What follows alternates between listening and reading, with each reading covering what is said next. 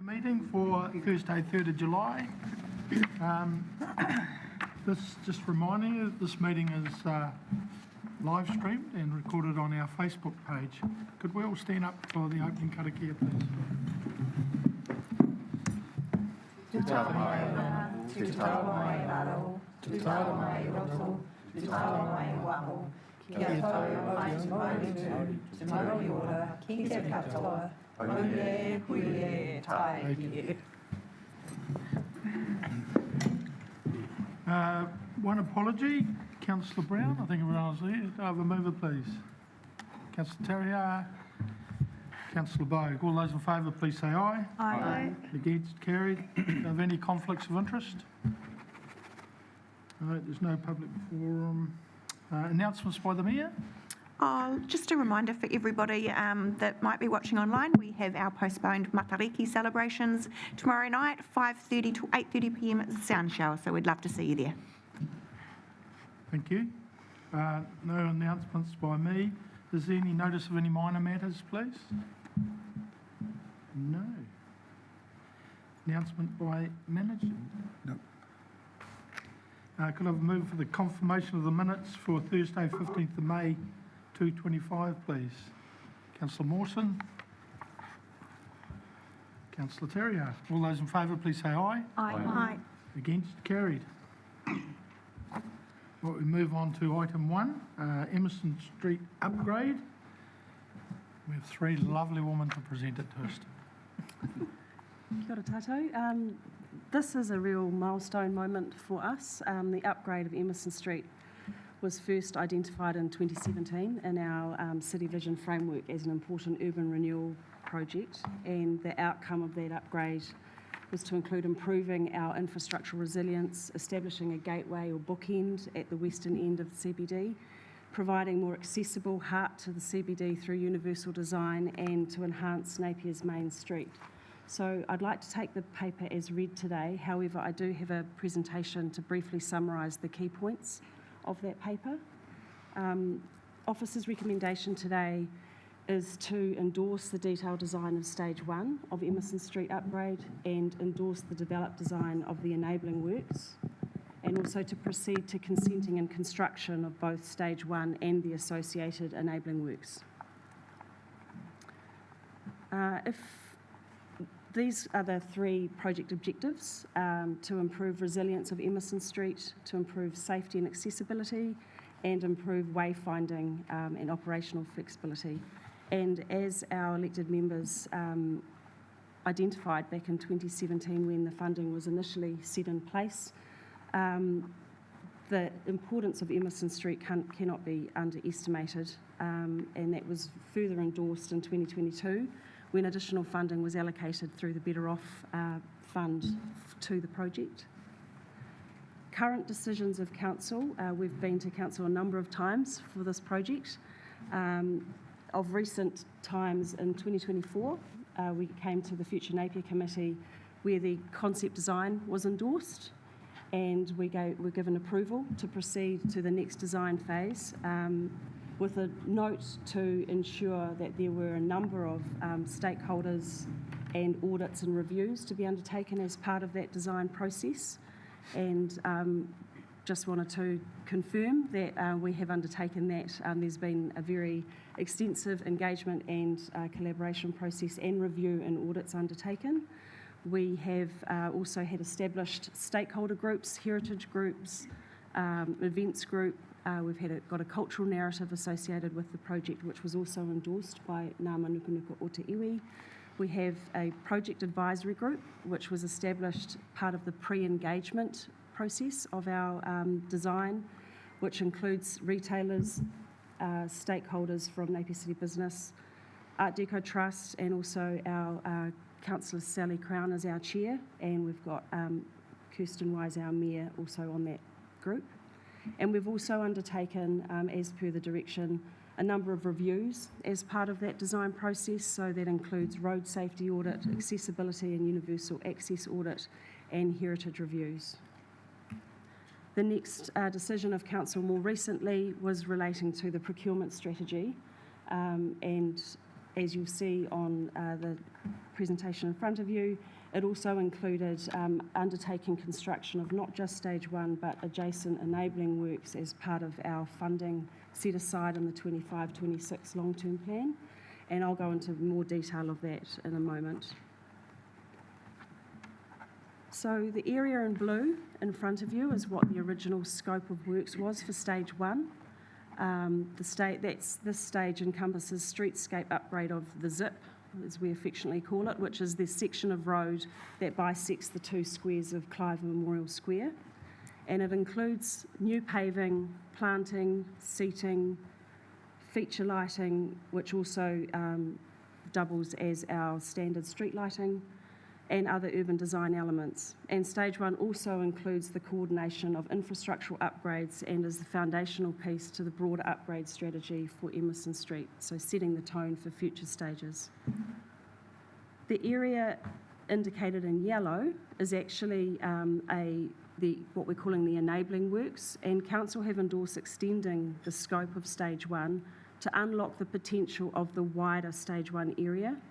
And this minor work involves introducing a footpath into Clive Square West along the interface with both Memorial and Clive Squares, and reviewing the intersection geometry of Tennyson Street and also Clive Square West to ensure we can facilitate larger vehicle movement, primarily for the use of buses, and also considering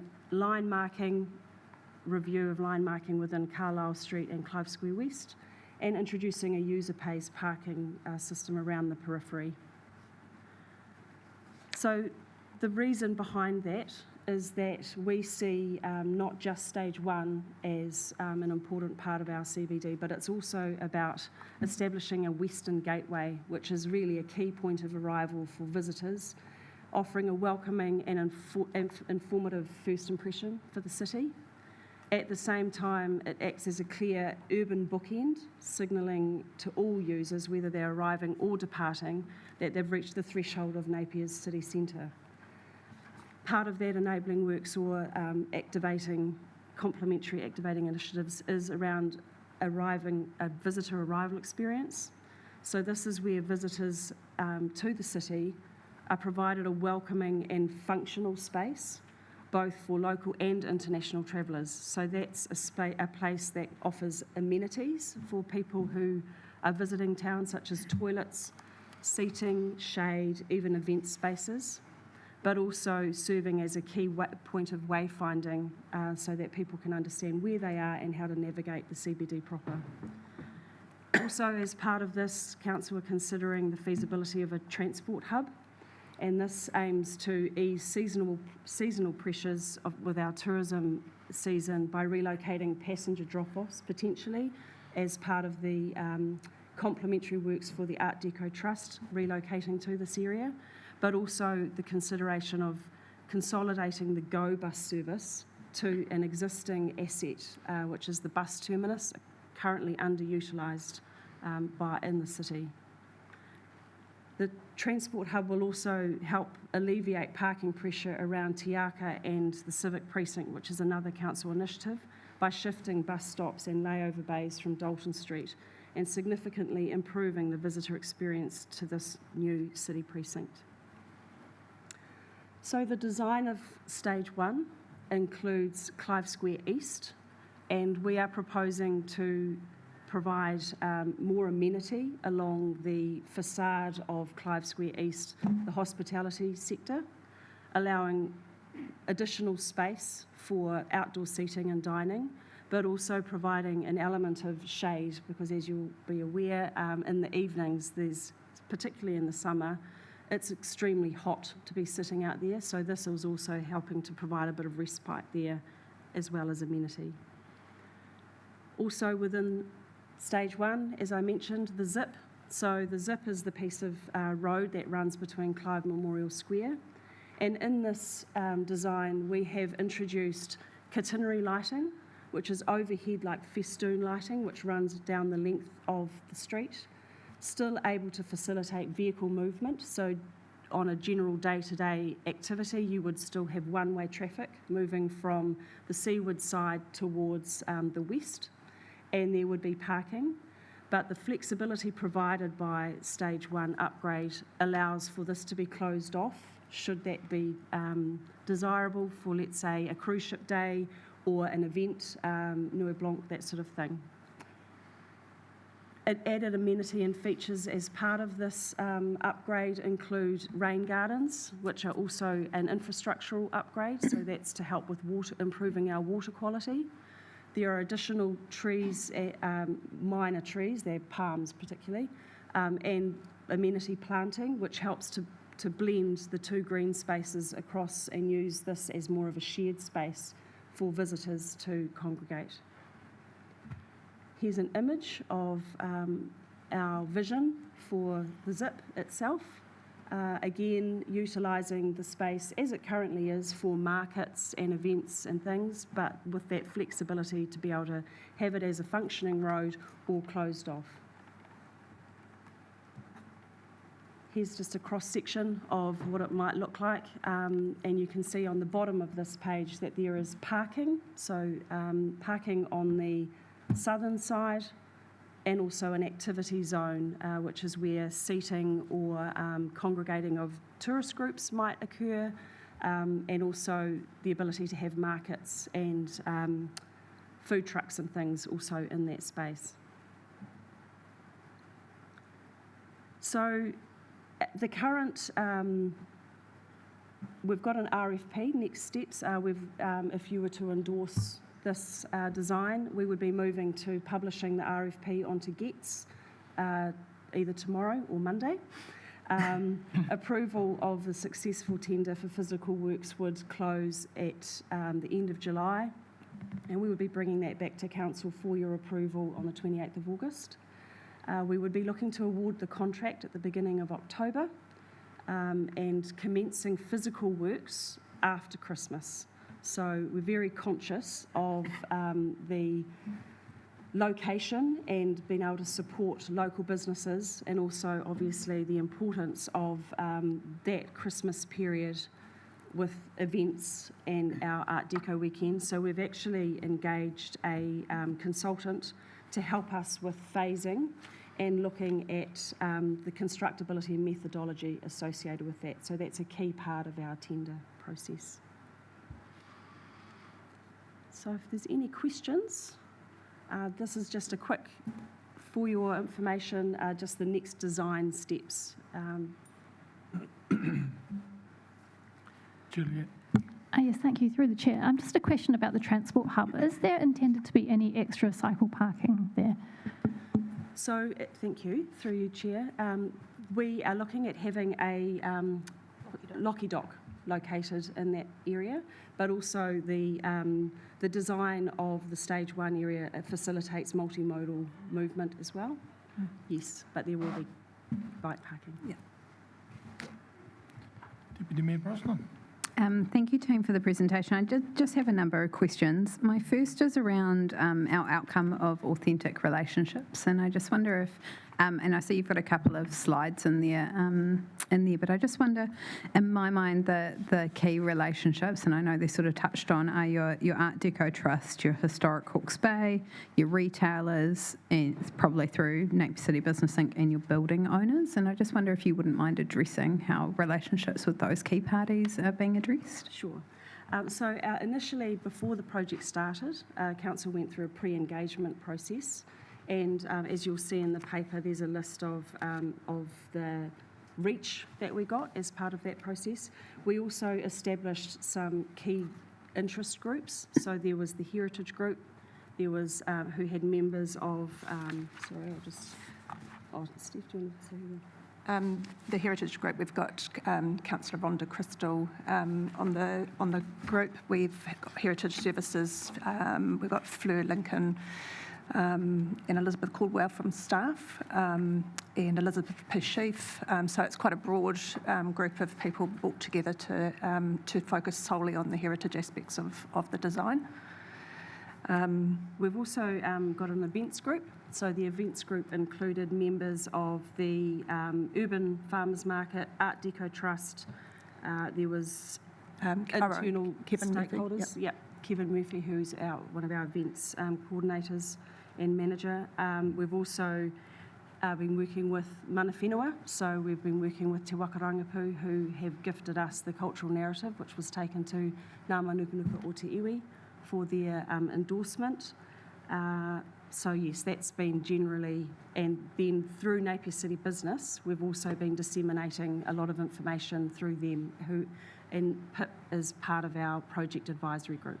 Great, thank you for that summary. I think that's really important to highlight. And through you, Mr. Chair, just two more questions. One is, I often think the devil is often in the detail, right, when we go about actually constructing these things. And I know you're at a stage where you're looking to sort of finalise that. Where does like an operational review kind of come in, you know, where someone might pick up, oh, actually those festoon lights are a bit low, they need to be slightly higher. So we don't, as an example, so we don't build them and then we have these operational concerns. So we go through a safety and design process as part of the design, and that is where all of those risks are identified, and the design has to respond to those as part of the develop and detailed design process.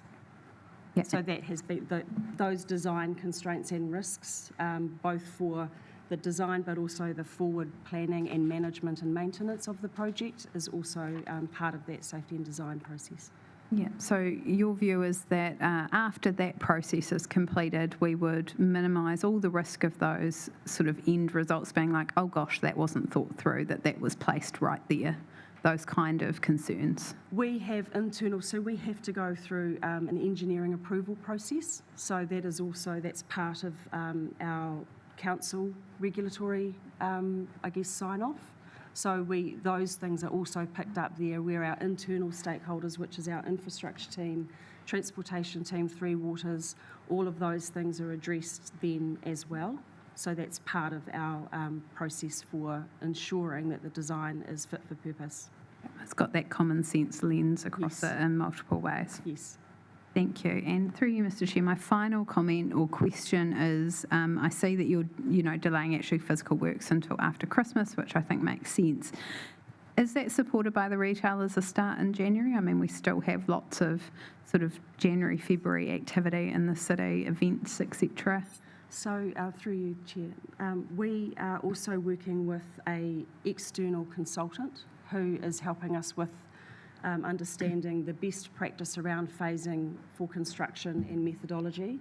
And part of the reason for delaying that start date for the physical works is so that we will have time to be working with our key stakeholders and affected businesses prior to Christmas. But the feedback we've had very strongly from the project advisory group, which includes retailers, Napier City Business, also businesses in that area, that after Christmas is critical for them to have a clear window before we get to starting construction. So, but we will be working in this next phase once we have the contractor on board to make sure that that methodology suits everyone's program.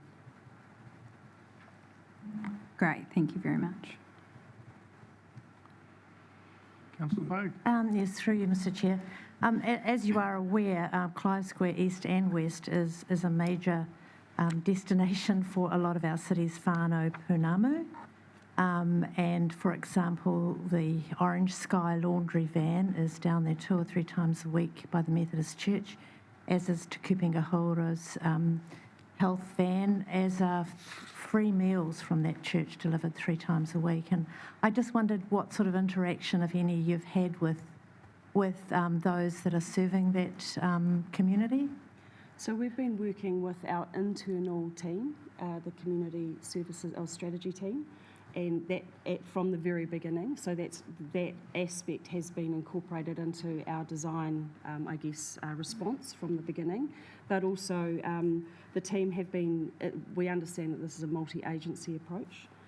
We have a meeting actually booked next week with the Methodist Church, but we're also aware that these issues do take a long time to resolve, and that there has been some positive shift lately, but we certainly are working with the Methodist Church and all stakeholders actually in that area. So part of that conversation that we're having with affected businesses includes the Methodist Church. Thank you. I have any further questions? Do I have a mover and a seconder for it? Councillor Crown moved, seconded by Councillor Tariaha. Would you like to speak, Councillor Crown? Oh, thank you, Mr. Chair. Yeah, I would like to. Thank you, ladies, for the presentation today and to everyone behind the scenes doing the work. I think the questions today were really pertinent, especially around how we are working with stakeholders to minimise disruption, etc. And hopefully, I'm confident that we have taken as many of those stakeholders into consideration as possible, and hopefully that's been conveyed to build confidence to others around the table today. I'm really supportive of this project, and it's not just because Emerson Street is overdue for investment, but I think it's the design and the delivery approach that we're being asked to endorse today has been thoughtfully developed. It's about maximising value, strengthening resilience, and reflecting the aspirations of our community. Because it's not just a streetscape, it's a critical city-shaping project that weaves together infrastructure renewal, economic uplift, cultural expression, and urban functionality. It's been more than 30 years since Emerson Street had a major investment, and in our time, our expectations of what a city centre should be and how it should work have fundamentally shifted. So we're aligning multiple objectives around wastewater network being renewed at the same time as a public realm upgrade. That means that we're not digging the street up twice. It's smart, it's cost efficient. This decision delivers long-term savings and limits disruptions for retailers and the public. The financial strategy of this project is really grounded. It's staged over multiple years with funding for stage one locked into our 3-year plan and utilising the Better Off funding allocation that we had available. We've had advice, quantity surveying, advice that's been embedded through the process, and the materials selected, particularly the shift to natural stone pavers, reflect both an upfront cost consciousness and a 50-plus year design life that reduces maintenance burdens into the future. The other point I want to emphasise is the depth of collaboration and professional rigour that's gone into this project. And at times, spurred by feedback from around this table, I want to especially acknowledge the formation of the Heritage Group, which I know came out of feedback from one of the milestones that we've had along the way with papers coming to us. We had structural heritage reviews, universal access audits, road safety assessments, and archaeological input. And this layered professional advice all converging to produce a design that reflects our city, that is fit for purpose and is safe. It's been a deeply collaborative community design process from the early engagement in 2023 to the formation of stakeholder advisory groups. People have had a genuine seat at the table and a genuine say.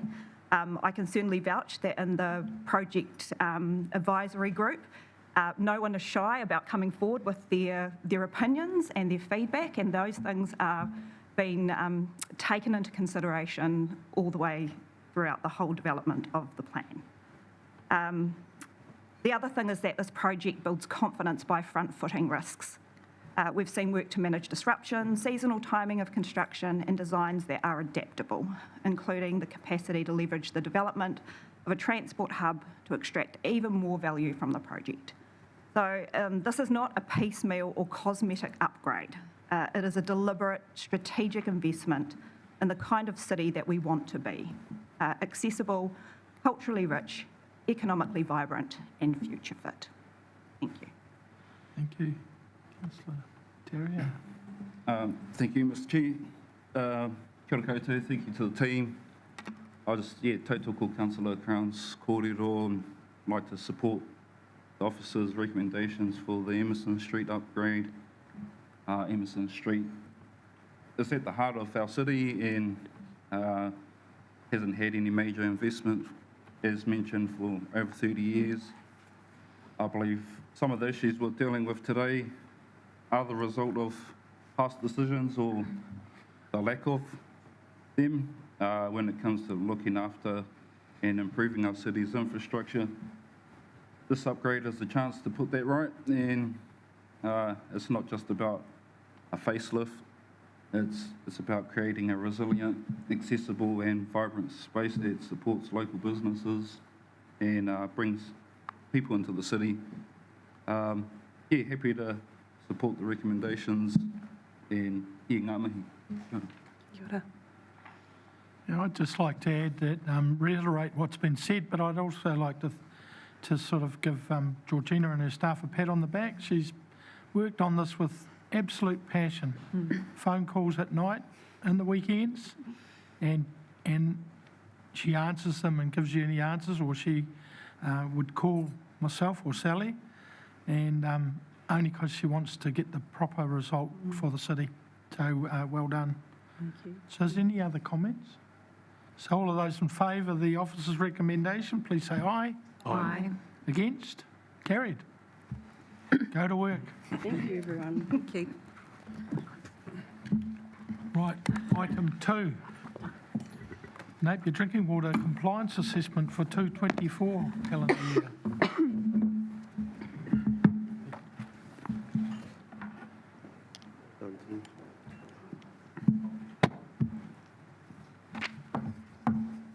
Jean and, There you go. Just make sure the speaker's nice and close so you can... Yeah. Good afternoon, Mr. Chair and all council members. To the chair today, I will be presenting the Napier Drinking Water Complaints Assessment for 2024 calendar year. The purpose of this report is to provide an overview of how we report to the regulatory authority and also the requirements, what we need to do to make our drinking water complaints.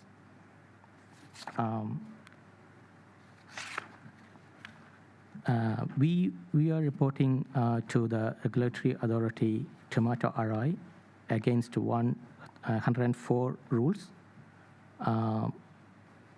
So Napier water supply comes under the large supply category. So we need to follow 4 rules. So it's a general rule and a source water rule S3 and treatment rule T3 and the distribution rules. So 2024, we reported to Tomato ROI all the rules which I mentioned, the G rule, the source rules and the treatment rules and the distribution rules.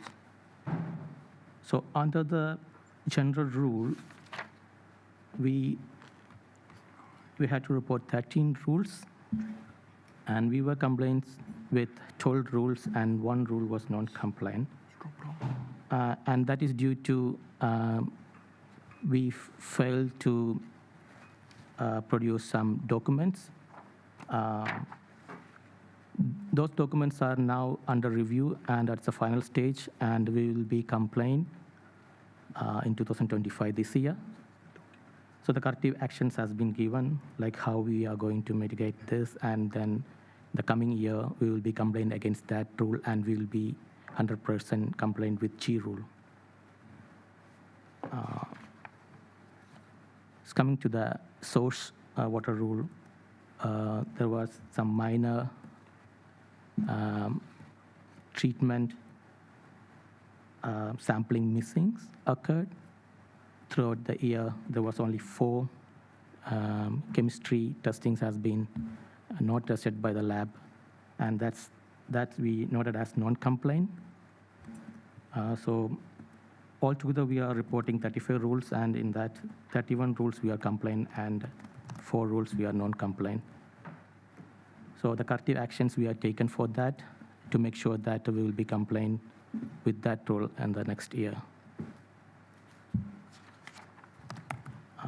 Regarding the T rules, the treatment rules, again, we were reporting overall 17 rules, and we were compliant with 12 rules, and we were non-compliant for 5 rules. And those non-compliance comes under the missing some data. So normally we were recording our monitoring for every minute, and in few occasions, like in few occasions we missed 1 minute at certain days. So that's showing non-conformance. And the corrective actions has been taken that now onwards we are going to monitor this daily. So there will be a two-way inspections and checking done by the NCC staff to make sure that the missing data are not transferred to the system and it's reflect as non-conformance. And the last one is the distribution rule, the D rule. We are reporting 39 rules in total, and 33 we are compliant and 6 we are non-compliant. That's due to some of the pending documents, some of the plans we need to complete this year. And most of the plans and documents are at final stage of review, and we are expecting that to be completed at this year and will be compliant in 2006, the coming year. And also in the report, I mentioned the comparison between the 2022 complaints report and the 2024. So 2024, we were compliant with 88 rules, and the 16 rules were non-compliance, as I mentioned before, one by one. And 2023, it was like 87 and 17. And when you compare the complaints with non-complaints, comparing 2023 to 2024, we can see a gradual, that's a good increase in complaints for the G rule, that is plus 23%. And the D rules also, we can see the improvement. And the other two rules, there's rules and T rules, which showing a slight decline. That's due to the documents which are under review and also the missing chemistry reports and some lab errors. With the corrective actions in place, we are expecting in 2025, we are expecting in compliance of 92% compared to this year. And the 8%, the non-compliance, what I mentioned here, it's due to the protozoa compliance.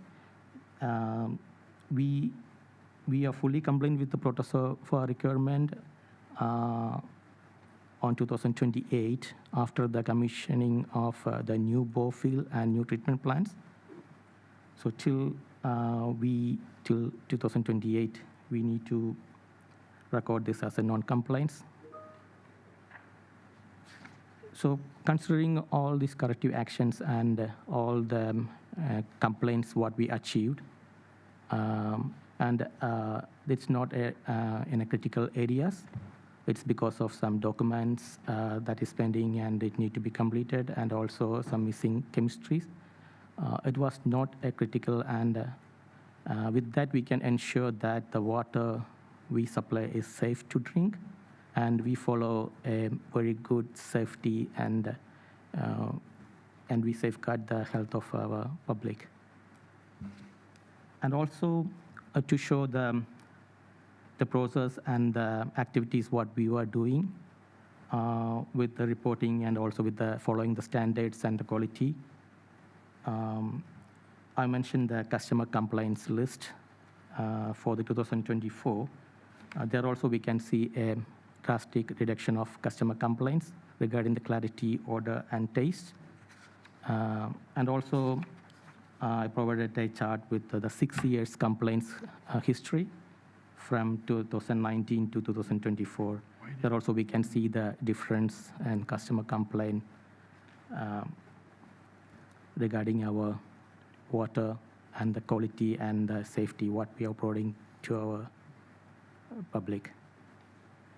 Thank you. I'm happy to take any questions you may have. Do I have any questions? Councillor Gregg. Yes, through you, Mr. Chair. Thank you for the report. Just a question about abbreviations, just to be clear what they mean. Under S 3.3, it's on page 91. You've got iron there. I'm assuming the next one's manganese. What are the last two? To the chair. So you were asking about the S3.iron. So normally every month we will test for iron, manganese, and the color and the nitrate in water from our distribution. Oh, so it's color, is that colour? Yeah. Oh, thank you. Yeah. Do you have any other questions? Councillor Crystal. Through the chair, so just relating to that, was that the lab's fault or our? To the chair, it's actually we schedule for 1 month sampling and we give the sampling schedule to the lab. So here the lab, when they schedule the schedule and they were exporting that to their system. So there was an error happened from their side and they didn't download the details to their system. So the samplers missed the sample. Any other questions? It's certainly reassuring to see in the last 5 years how we've dropped in numbers to a really good point. Like, I mean, in clarity from 1,330 to 30. So that's certainly moving in the right direction. Any other questions? Do I have a mover for Councillor Mayor Wise? And a seconder? Councillor Crystal. Would you? Thank you, through the chair. I want to say thank you very much for this report. It's really clear. You've provided the explanations for the areas of non-compliance. You've provided a pathway forward in terms of, you know, those things that we need to work on, how they're being worked on, and a time frame around that. In the 6 years, coming up 6 years I've been mayor, water has certainly been the number one priority, and I think this report shows the progress that we've made at that time. And as Councillor Price has already spoken to, for me, the real winner is that clarity progress. We did a lot of work because we were getting, after the introduction of chlorine to the network, a lot of dirty water issues with our high manganese bores. So this clearly demonstrates that in the 6 years we have solved that problem, which makes it incredibly frustrating when you still see the occasional comment on social media about our dirty water issues. So I guess just a reminder to our community, if you are experiencing any issues with the clarity of your water, please contact our customer services team, because it will be to do with, in all likelihood, your specific property. It is not to do with our network. So we will send one of our team out to take a look at it for you and help to resolve that issue. So yeah, just thank you for bringing this report to us. Thank you for bringing this report for our community, and I look forward to the continuing progress about addressing those non-compliance areas. Thank you. Crystal.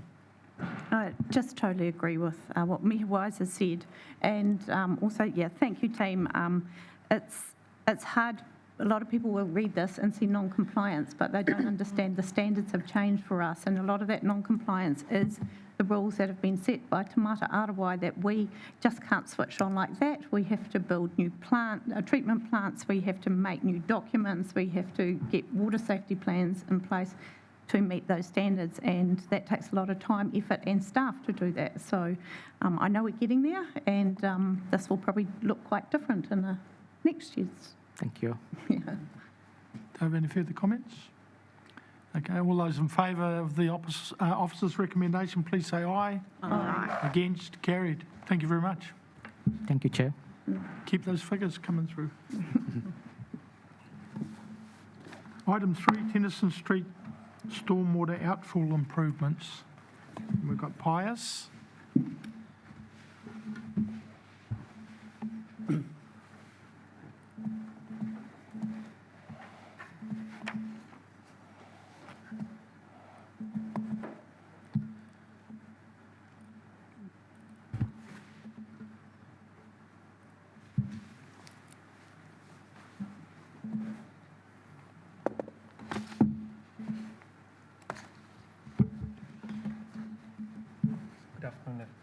Away you go, get the speaker nice and close, and away you go. Good afternoon, everyone. I'm here to present a paper regarding the stormwater, Tennyson Street stormwater outfall, the challenges we are facing to make it operational, as well as the fixes we have done, and also looking forward for a long-term solution. So the stormwater outfall was constructed in 2015 following a paper or studies done from 2003.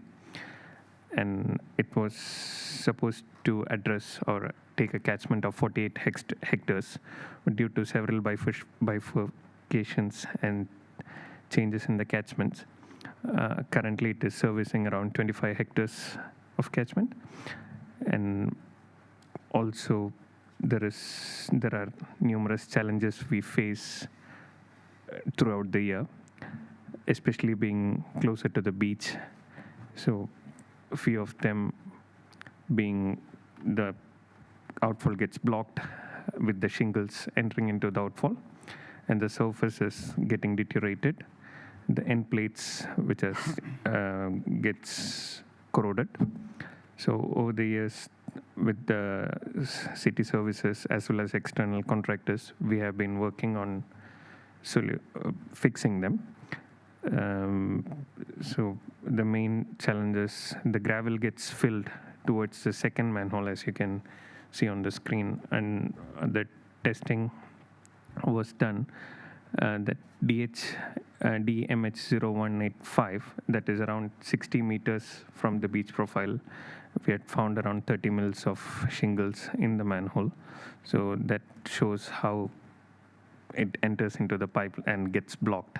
So the water cannot flow outwards. So then there is operational difficulties, being the beach profile so close, to clear it, and the manhole lids surges. It had come off during a high rainfall event, and due to the pipes getting pressurized, so there is no way the water could exit, and the manhole lid got surged, and that was fixed, sealed up completely. So this was an image from 2020. You can see there are 4 openings on each side, and all of them gets blocked with the shingles, and the front face obviously gets blocked. So there is heaps of shingles entering through that ways, which gets the outlet structure completely blocked. So the maintenance works, some of them which we have done, I have not mentioned all of them.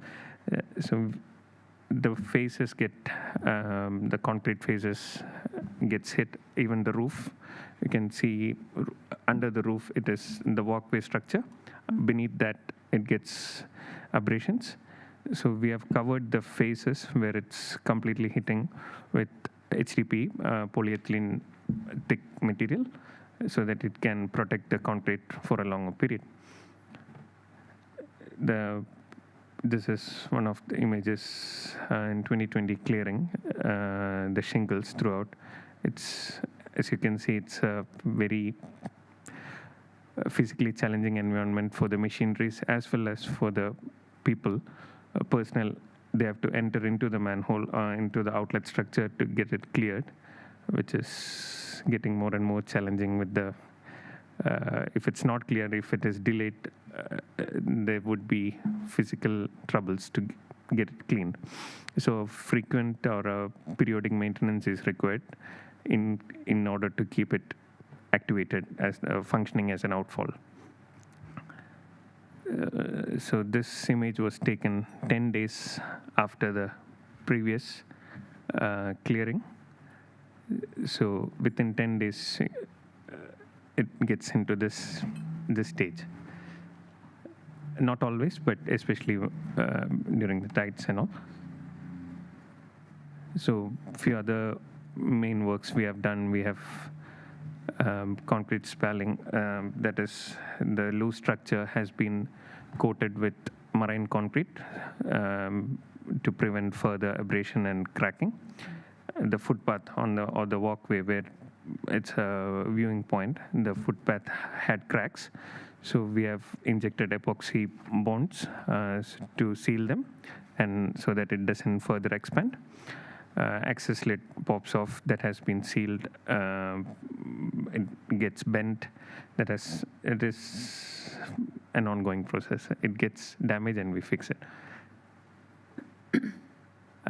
Further to this, all these issues, we had engaged Becca consultants in order to provide us solutions for a long-term, like a long-term fix.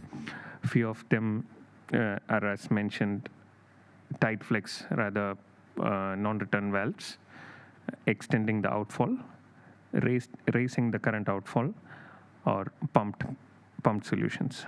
So bit of description on those. Tight flex is a one-way valve, like a rubber material. It depends on what material we want. So that can be fitted on the outlet structure. Advantages, it reduces the risk of materials entering into the outlet. Again, disadvantage, we have gone through few examples. Some of them works, but in a heavy environment like ours, it could be a challenge so that it doesn't get covered. So one example was, it was trialed in Sumner Beach in Christchurch. So it seems like it was not working well once. So in our situation, it's a 50-50. We're not sure how effective it would be. The next option is to extend the current outfall. That would be elevated above the foreseeable beach profile. So HPRC does the beach analysis, and over the years, we have found the studies have shown that the beach profile at the area seems to be stable. It is not going to come more in for the foreseeable, I think it was 2054 as per the Becker report. So it seems to be stable in that area. So this could be a solution, but again, it has to go around 18 meters further. Could have a consenting issue because it's into the coastal marine area, CMA. So that is one solution, or one probable solution. Next is a combined kind of raised outfall as well as extending the pipe. So there would be a high level pipe on top of the current outlet structure. So it has to be either surcharged or pumped so that there would be water flow. Also, it would help to clear the current structure where there is shingle buildup. So that is a potential option. Also, the bottom section would have a tight flex. So again, it would be a costly exercise to get consent and stuff in that area again. And the last option, or one of the options we preferred, was pumped port solution, as we have similar to the cross-country pump station, which seems to be working well. As of now, we don't have any issues with the outlet structures getting blocked or non-functioning. So there is a low flow pump and that works throughout on a high rainfall event or major events. The other gets activated, so the channels are clear. And the disadvantages is potentially high cost and a new pump station in the zone. We have done a bit of studies with the archaeological and the team, so we haven't deeply driven into any of the options, but just was checking the probabilities of when developing a high cost analysis for these options. Next is extending the catchment. Whichever option we prefer, most of them needs extending the catchment, and it will reduce the flow towards the estuary. And currently it is around 26 hectares we are the Tennyson outfall is servicing. If we extend the catchment more, we could gain around 21 hectares more, and that would be potentially enough to solve these issues or get a good outcome of those above options. So combining we had a multi-criteria analysis workshop with all the options we had. And we combined the options, some of them, to get a clearer picture and do a cost analysis. So 4 options were the highest scoring ones. There's option I, that would be raised outfall, and the tide flex came up with the highest score. The next, closest, option I and M were almost close to each other. So the second option preferred was the pumped outlet. And the third and fourth were the raising the outfall, tide flex, and gravity head. And the last option was existing outfall, added tide flex or the one-way non-return valve at the end of the outlet. So we did a cost analysis on these 4 options. High-level costing was done through Baker. And we have had the costings. It's a high level, minus 50 to 100% variation could happen. It was based on many assumptions. Land purchase or anything of that sort was not considered. Only technical stuff was considered. So this is the high level costing we have. Highest was, of course, the pump station, around 20 million for the pump station.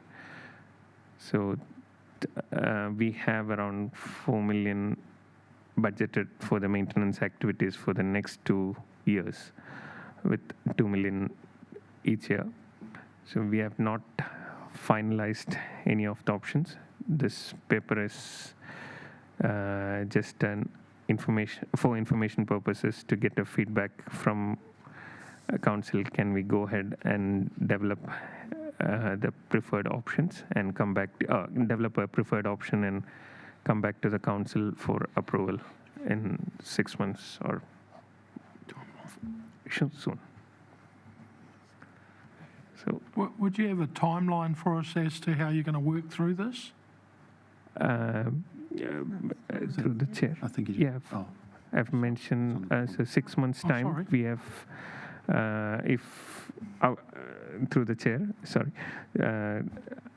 if the council is happy for us to work on the preferred 4 options, we'll be doing a comprehensive study on which option a cost was benefit analysis and provide to the council in the next 6 months, and then we can finalize a project. Thank you. Sorry about that. I Sorry. didn't get that. Any? Do you have any questions, Councillor Greg? Yes, through the chair. Question is about pumps and the risk of pump failure, and which of those options have pumps or not? Which of the 2? Main option would be the poured outlets that would be having pumps. So as of now, the plan would be similar to the cross-country pump stations. So one low-flow pump that would be for the normal events in all seasons, but for a rainy season, we'll have 2 high-flow pumps. So usually it would be a standby, and there would be a standby pump for any maintenance. Yeah, through the chair, I think what you're asking, the risk of failure. So the pumps are very, the performance of the pumps is very, very good. Yeah. Very low risk of failure. Thank you. Councillor Mawson. Yeah, just through the chair. With this option here, is that basically making the water pipe underneath the platform redundant? No. If this plan is going ahead, that would be the case for low flow pump. So that would be always clear. Thank you. Mayor Wise. Thank you. Through the chair. Noting that we currently have $4.3 million worth of budget for the outfall itself, but that the options before us actually include extending the catchment area.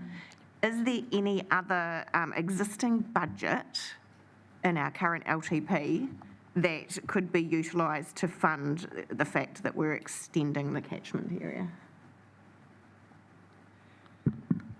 Through the chair.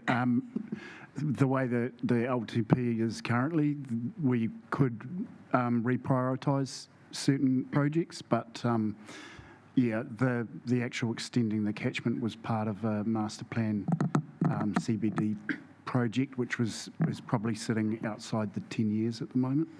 Okay, so just to clarify, there is no existing additional budget specifically that could be utilised, that's specifically for this project. So if the recommended option was going to be more than the 4.3, which they all are, that will require reprioritisation within our LTP. Through the chair, yes. And that it'll probably become part of the next LTP process because we've got a lot of work to do to really tease out those details between now and then. Okay, Yeah. thank you. Councillor Bowe. Yes, through you, Mr Chair. As having been on the council when this project was first considered and put into action, I just wonder, how did we get it so wrong? Were there things that could have been done, just in retrospect, to show that this wouldn't work, or is it climate change that's made things different? It seemed so clever at the time, but obviously it hasn't worked the way that we had hoped it would. And do we have checks and balances now if we were going to be doing a project like this so that we'd go through all these possibilities that we're finding now? Through the chair, yeah, I can't really speak to what the original project, how they'd identified risk at the time. I guess the main issue we've fronted is the accretion of the beach, which is obviously, it's built up long way since the thing was constructed. And like Pius alluded to, one of our main issues at the moment is obviously it getting blocked with shingle, but it also impedes us from inspecting it, which is a condition of our consent. So that's one of our major challenges, is actually trying to clear it out and get it inspected on the same day with a low tide and low wave action all happening simultaneously. So, yeah. But I think history is not really anything to do with what we're looking at, is confidence, and then going forward, we will have a solution that will fix it. Yeah, and if I was to allude to the rest of the Marine Parade outfalls, we're suffering similar issues with the beach covering outfalls all along there. Any further questions? Do I have a mover for the Councillor Gregg, a seconder? Councillor Mawson, would you like to speak? I'll just briefly thank you for the report, and it's great to see that we're looking at a long-term solution to fix a problem that's been ongoing for years, so thank you. Thank you. No comment. Okay, all of those in favour of the officer's recommendation, please say aye. Aye. Against? Carried. Thank you. Well done. Well done, Pius. Item 4, Three Waters Capital Delivery Program.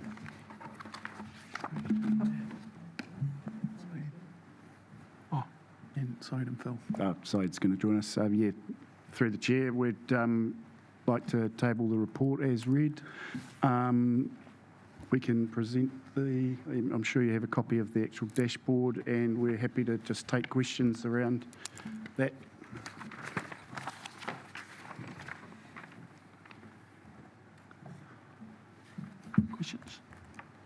Questions, is it? Questions, yeah, well, yeah. Any questions?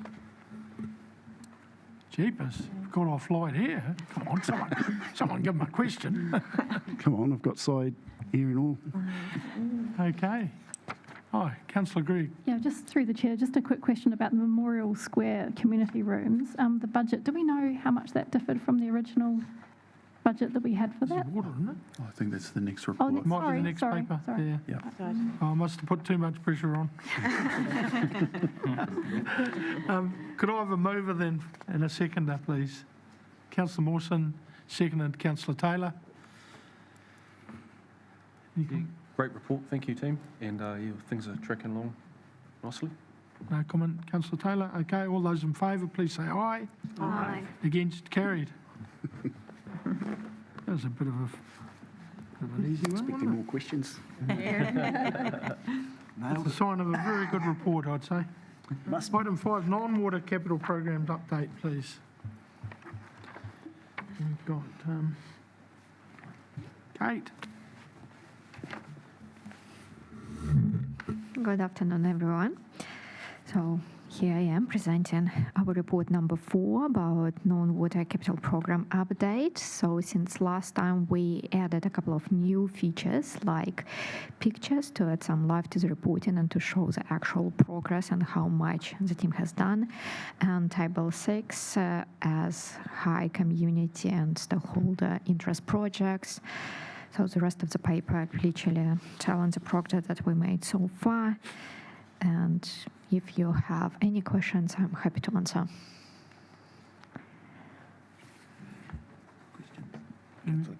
Councillor Gregg, I wonder what you're going to ask. Thank you, through the chair. Yeah, sorry about that. Yeah. So do we know how much the budget for Memorial Square community rooms differs from the original? So at the moment, we are going through the end of financial year exercise and through capitalization. Once all of the numbers will be finalized, we'll present it back.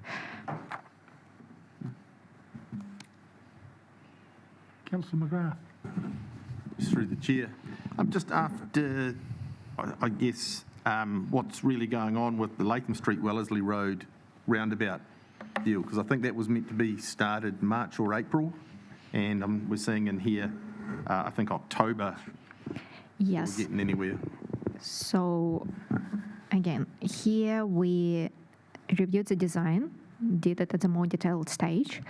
There were some discoveries that the team has addressed, and given the current time of the year, that was my decision that it would be financially prudent to do it instead of now in October, when we don't have such a weather influence. Thank you. Councillor Crown. Thank you, Mr Chair. May I just add some additional information to that response? Yeah. Thank you.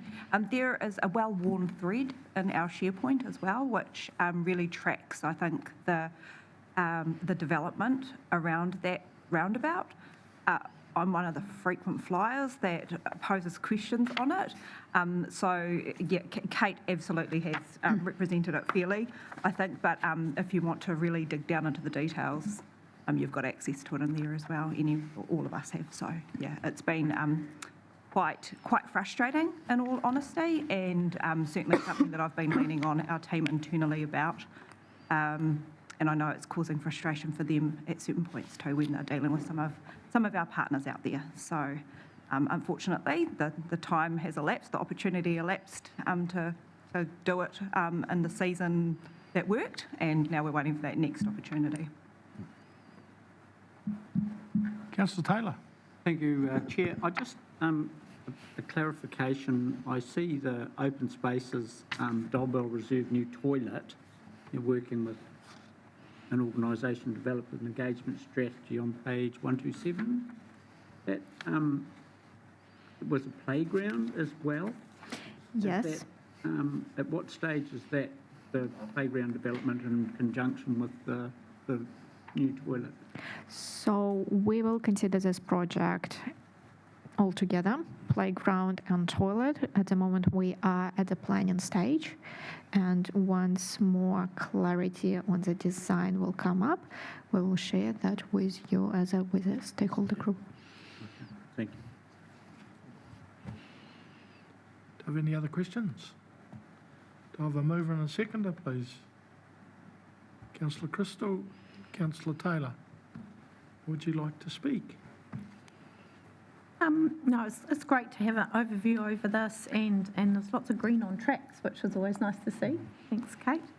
And see where our projects are at. So, and the pictures, yes, lovely picture of our municipal theatre bathrooms and finished, and our foyer. Yeah. Thank you. Councillor Taylor? Yeah, just a good report, and great to see things other than water mentioned. Thank you. Diversity. Has there anyone else got any other comments? No, all those in favour of the officer's recommendation, please say aye. Aye. Against, carried. I'll now adjourn our meeting, and just a 2-minute break for Deputy Mayor Brosnan to hop into the hot seat.